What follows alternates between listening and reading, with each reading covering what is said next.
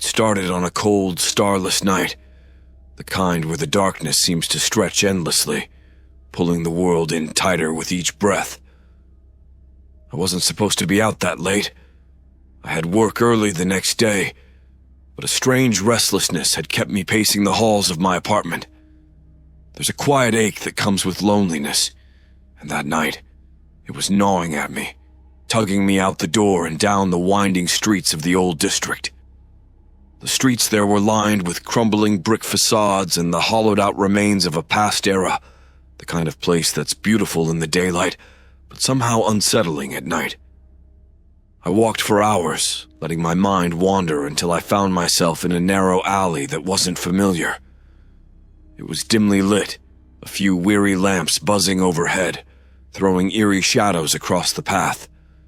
I could have turned back. I probably should have, but something caught my eye at the alley's end. There, barely visible, was a small, decrepit music shop tucked into the corner, as if it were hiding from view. The window was foggy, the shop sign faded to almost nothing, and there were no customers inside, not even the kind of old records or knickknacks you'd expect to see in a place like that. But a dim glow flickered through the doorway, like a faint invitation, and before I knew it, I was inside. The shop had the still, heavy air of a forgotten place, thick with dust and the faint, earthy scent of old wood. Shelves lined the walls, filled with vinyl records that seemed to go on forever, vanishing into the shadows. And behind the counter, hunched over an antique record player, sat an old man. His back was to me, and he didn't seem to notice my presence at first. I should have left right then. Anyone with a bit of sense would have. But I was mesmerized. It was as if the very air of the place was holding me there. Finally, the old man looked up, his face lined with deep wrinkles that shadowed his eyes. His smile was thin, twisted, and more than a little unsettling. "You like music, don't you?" he asked, his voice soft and raspy like sandpaper against stone. "Yeah," I replied, not really sure why I stayed to answer. My voice sounded strange in that place, like I was interrupting something ancient and quiet. He watched me, his eyes narrowing as he appraised me, like he knew something about me that I didn't even know myself. "Then you'll want to hear this," he said, turning back to the record player. He pulled a vinyl from beneath the counter, its surface flawless despite the layer of dust covering everything else. He set it down on the turntable, and for a brief second, a glint of something unreadable flashed in his eyes. "This is a rare piece. Not many get the chance to hear it." There was something about his tone that made me hesitate, a slight tremor that seemed to reach inside me and stir up the first hints of fear. But before I could say anything, he lowered the needle onto the record, and the music began to play. The first note was soft, almost imperceptible, a barely there hum that resonated in my chest like an echo. And then, like a whisper growing into a scream, the music filled the room, dark and melodic, full of haunting undertones and faint, discordant harmonies. It was beautiful, the kind of beauty that crawls under your skin, making you shiver without knowing why. As I listened, the room seemed to change. The shadows crept in closer, shifting along the walls as if they were alive. I couldn't move, couldn't even blink. The music wrapped around me, sinking into my bones, and with each note, I felt something darker settling over me, a sense of impending doom I couldn't explain. Then, the music stopped. The room was silent, the shadows stilled, and when I looked up, the old man was gone. The record spun slowly on the turntable, whispering softly as it turned, but the needle was off the vinyl. Alone in that strange, silent shop, I felt the hair on the back of my neck stand on end. and in that moment, I knew I should never have listened. For days after that night, the melody lingered in my mind like a faint, unwelcome hum that I couldn't shake. I tried playing other music to drown it out, jazz, rock, even some loud, frantic classical pieces, but nothing could cover it. The haunting tune wove itself into my thoughts, surfacing at odd times like an itch I couldn't scratch. And though I tried to brush it off as just a creepy song, there was an unsettling tightness in my chest whenever I thought of the old man's twisted smile, the way he'd vanished without a sound. The following evening, I found myself obsessively searching for any mention of the shop, but every lead turned into a dead end. There was no address, no business listing, not even a hint that such a place had ever existed. I searched through local forums and asked around at nearby shops, describing the old man and the store tucked away in the alley. Nobody had ever heard of it. Then, 2 nights later, I was jolted awake by a sharp knock at my door. Heart pounding, I checked the time. 3:07 a.m. I stumbled out of bed, unsure if I'd imagined it. But then there it was again. A slow, deliberate knock, the sound heavy and hollow, echoing through the quiet of my apartment. Swallowing my unease, I peered through the peephole. Outside, a familiar face stared back at me. It was Dominic, an old friend I hadn't seen in years. We'd lost touch after college, and I hadn't thought about him in ages. His face was ashen, his eyes glazed, and his movements were unnatural, stiff, as though he was struggling to even stand. I opened the door, concern overriding my fear. "Dom?" I asked, my voice barely a whisper. He looked up at me, and his eyes had a strange, empty quality. When he finally spoke, his voice was hollow, almost robotic. "Have you heard it too?" he murmured, shuffling a step closer. "The music. The song that never leaves." Chills raced down my spine. I nodded slowly, too stunned to say much. "I listened to it," he continued, his eyes drifting toward nothing in particular. "I was in a bar. An old guy there played it, said it was special, that it had changed my life. Now, I can't make it stop." He looked up, desperation flickering across his face. "It's in my head all the time. I can't sleep. I can't eat. And the people I've talked to since, they're gone. They vanish. Or worse." He paused, swallowing hard as he stumbled forward. "It's like the music is spreading." His words hit me like ice water. I thought back to the people I'd spoken to since that night. Casual interactions in coffee shops, at work, with neighbors. Each time I'd felt a strange urge to talk about the music. I'd laughed it off as an unsettling experience, thinking it was a way of processing the weirdness of it. But if what Dominic said was true, then I had unknowingly put others at risk. I tried to speak, to ask him more, but he stepped back, his hand gripping the doorframe. "Stay away from it, man. You'll start seeing things. Shadows, they're not shadows, they're watching you. And the ones who hear it, they never last long." With that, he turned and disappeared down the hallway, his form melting into the dim corridor. I shut the door, pressing my back against it, my heart racing. Dominic's face, his haunted words, replayed in my mind as I stared into the darkness of my apartment. It was impossible. This was all just superstition, some elaborate trick of the mind. Yet I couldn't shake the feeling that I was now caught in something beyond understanding. Something dark, something that wanted to spread. That night, as I lay awake in bed, I felt a heaviness in the room, a suffocating silence that seemed to press in on me from all sides. And somewhere, faint but unmistakable, I could almost hear the music again. Just a whisper, an echo. But it was there. And I realized with chilling clarity that the song had no intention of letting me go. Sleep became a fragile thing after that night, slipping away from me in thin, restless intervals.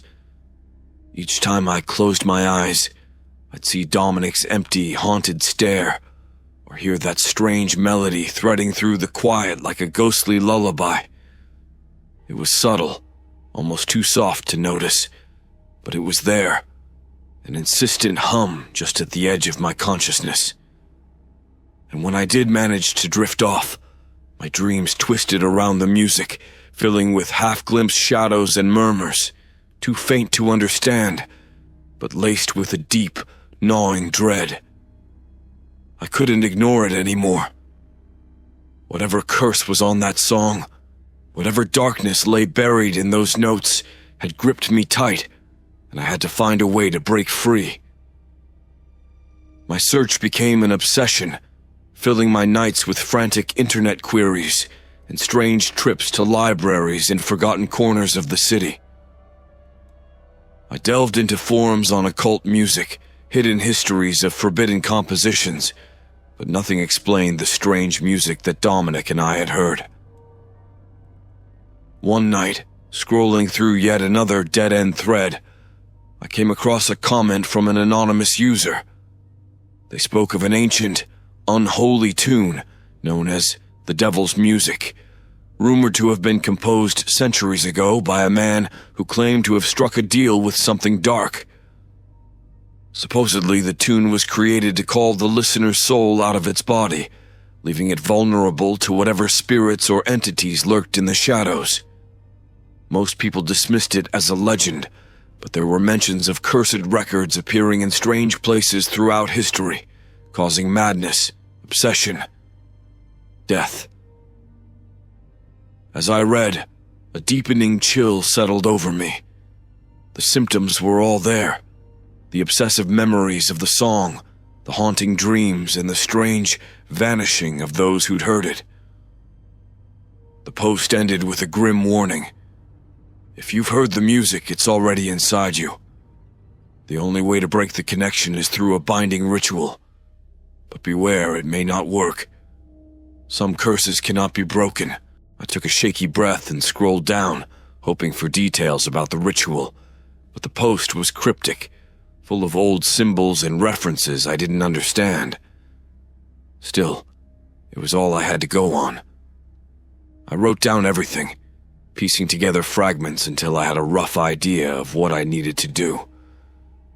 The ritual called for salt, iron, and fire, elements to bind spirits, according to ancient lore, and had to be performed at the place where the music was first heard. I felt a twinge of dread thinking about the music shop, imagining those dusty records in the shadowy corners waiting for me. But I didn't have a choice. The music had to be silenced. That evening, I gathered the supplies. I didn't tell anyone what I was planning. There wasn't anyone I could tell who'd believe me. Besides, I couldn't risk passing the curse to anyone else. By midnight, I found myself back in that same winding alley, clutching a bag filled with coarse salt, an iron rod I'd taken from an old tool set, and a lighter. But when I reached the spot, the music shop was gone. The corner where it had stood was just a brick wall, cracked and overgrown, as if it had been abandoned for decades. Panic fluttered in my chest. I knew the shop had been here. I hadn't imagined it. But as I stared at the empty spot, I began to doubt myself. Had it all been a hallucination? A trick of my mind? Then I heard it. Faint at first, but unmistakable. The same melody drifting through the still air, curling around me like smoke. I turned, following the sound around the corner, down another narrow path, and there it was. The same faded door, the same weak glow inside, as if it had never vanished. Taking a deep breath, I pushed the door open and stepped inside. The record player sat exactly where it had before, the room as silent and heavy as I remembered. Shadows flickered along the walls, watching, waiting.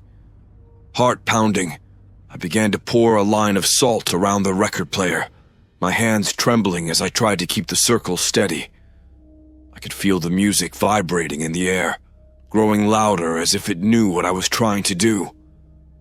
And in that instant, I felt a presence, something dark, looming, watching with a patience that terrified me. It was as if the music had come alive, wrapping itself around me, daring me to finish the ritual. Swallowing my fear, I raised the iron rod, ready to complete the final step. But then, the door creaked open, and in the dim light, I saw a shadowy figure standing there, just beyond the threshold, and it was humming the tune.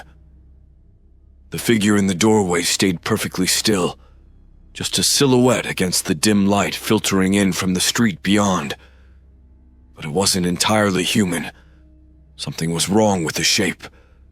Its shoulders were too high, head tilted at an unnatural angle, like it was straining to hear the faint echo of the music.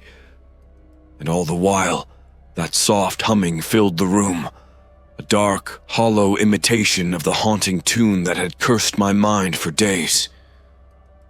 I gripped the iron rod tighter, trying to steady my shaking hand. A cold sweat crept down my back as I realized that whatever this thing was, it had been waiting for me to bring the music to life again, like I was calling it back into the world. The figure shifted, taking a slow, deliberate step forward. I could feel its gaze settle on me, even though its face was cloaked in shadow. And then it spoke, in a low, rumbling voice that sounded like it was coming from deep underground. "Why fight it?" the voice drawled, a slow, mocking echo. "You called the music. You opened the door. Why turn back now?" I forced myself to speak, though my voice was barely more than a whisper. "I didn't call anything. I just wanted it to stop." The figure chuckled, a low, mirthless sound that sent a fresh wave of dread through me. "You can't unhear it, you know. Once you've listened, it's part of you now, part of your soul." It took another step forward, and I could see the glint of its eyes in the shadows, dark, empty, and yet filled with something terrifyingly alive. I took a step back, the iron rod raised, and almost without thinking, I began to chant the words I'd memorized from that old forum post. The words were foreign, strange and harsh on my tongue, but they felt heavy, ancient, like they were pulling power from the very air around me.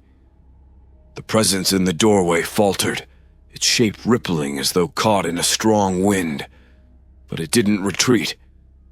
Instead, the music began to grow louder, swelling to fill the room with its unnatural beauty, the haunting melody pushing against me like a physical force.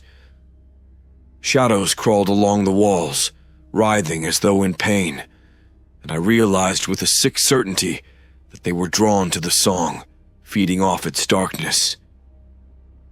With a trembling hand, I struck the lighter, holding it close to the edge of the salt circle. The flames flickered, casting sharp, frantic shadows across the room. I could feel the music's pull stronger than before, urging me to stop, to let the record spin forever. But I couldn't give in. I held the flame steady, and the salt ignited with a sudden, brilliant flare. The shadows screeched, a high-pitched, inhuman wail that filled the room, reverberating in my bones. The figure in the doorway flinched, recoiling as the flames rose, forming a barrier between me and whatever dark thing it was. But even as it shrank back, I could see its grin, a twisted, unnatural smile that looked far too wide for its face. "You think this will save you?"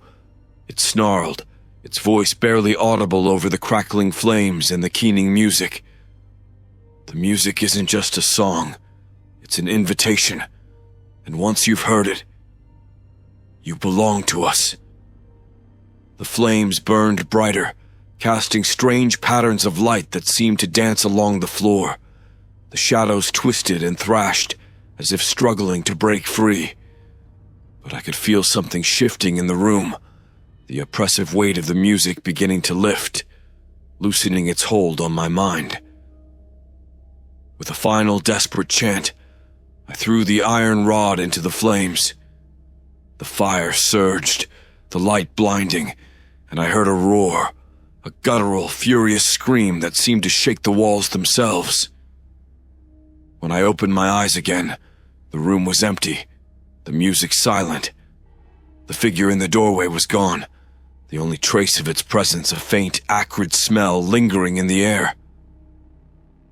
For a long moment I stood there in the silence, hardly daring to breathe. The record lay shattered at my feet, nothing but a pile of melted vinyl and ashes. I'd done it.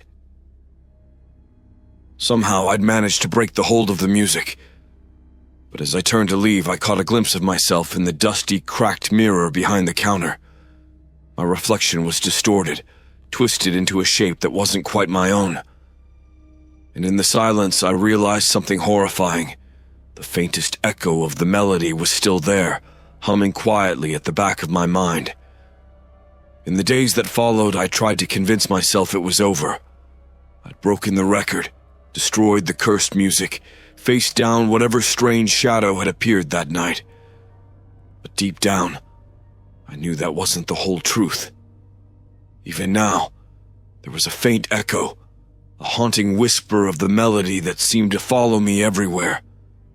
I'd hear it in the soft hum of my fridge, in the murmur of a passing car engine, or even in the distant ring of a phone. It was subtle, barely noticeable, but I felt it, lingering like an unwelcome guest in the corners of my mind. At work, my concentration wavered, my hands trembling whenever I tried to focus on a task. My coworkers started to notice, exchanging uneasy glances when they thought I wasn't looking. I'd catch fragments of their whispers. He's not himself, or just looks haunted, doesn't he? They were right. Something in me had changed, and I could feel it. I felt lighter in some ways, as if part of me had slipped away that night in the shop. Sometimes I'd catch my reflection and not recognize the person staring back at me. My face looked gaunt, eyes shadowed as if they'd seen something they couldn't unsee. One night, I decided to test it, to see if the music's hold was really gone. I sat alone in my darkened apartment, letting the silence settle around me like a shroud. For hours I waited, daring the tune to reveal itself, hoping that it would finally be silent. But slowly, inevitably, the haunting notes crept into my mind, just as they always did, soft and ghostly, as if beckoning me from some far-off place. I could hear the same twisting melody, that unsettling blend of beauty and despair that had ensnared me that first night in the shop. Suddenly, I was overcome with an urge to see Dominic again. He was the only other person who'd heard the song, who knew the suffocating darkness it brought. I needed to know if he had found a way to silence it, or if he'd learned anything that could help me. I called his number, but there was no answer, only a faint static, a faint rhythmic hum that sounded disturbingly like the melody. The line went dead, leaving me staring into the empty dark. It took 3 days of asking around, pulling at old threads before I finally tracked him down. Dominic had been admitted to a hospital in the outskirts of town. He'd had some sort of incident, they said, something he wouldn't or couldn't talk about. I felt a shiver of recognition. The music, no doubt, had taken its toll on him too. When I arrived at the hospital, They led me to a quiet, sterile room at the end of a deserted hallway. Inside, Dominic sat in a chair by the window, his gaze distant, his eyes fixed on something far beyond the cityscape outside. He didn't look up when I entered, didn't even blink. I sat across from him, waiting for any sign of recognition, but his expression remained blank, hollow. After a long silence, he finally spoke, his voice barely above a whisper. "It never stops, you know," he said, his words chillingly calm. "The music, it becomes part of you. I thought I could forget it, move past it. But it's like the song wants something." I leaned forward, gripping the edges of the chair. "What do you mean?" My voice was hoarse, desperate. Dominic's gaze shifted, his eyes meeting mine for the first time, and I saw the same haunted look I'd caught in my own reflection. "It's looking for something, someone. We're just the vessels, the carriers. It comes through us, uses us to spread." I felt a surge of nausea as his words sank in. The music wasn't just a song. It was something living, something with an intent, a hunger that used the melody as its lure. I thought of the people I'd told about the song, the ones who had listened, if only for a moment. Had I passed it on? Had I been just another doorway for the darkness to slip through? Dominic's hand twitched, a flicker of fear crossing his face. "You can't run from it, you know," he whispered, voice breaking. "Once you've heard it, you're never alone again. It's watching, waiting." A deep, crushing dread filled me. There was no breaking the curse, no burning it away. The music wasn't done with me. It was just beginning. And as I sat there in the cold, sterile room, the faintest strains of that haunting melody began to play in my mind once more, soft but insistent, like the whisper of something that would haunt me forever.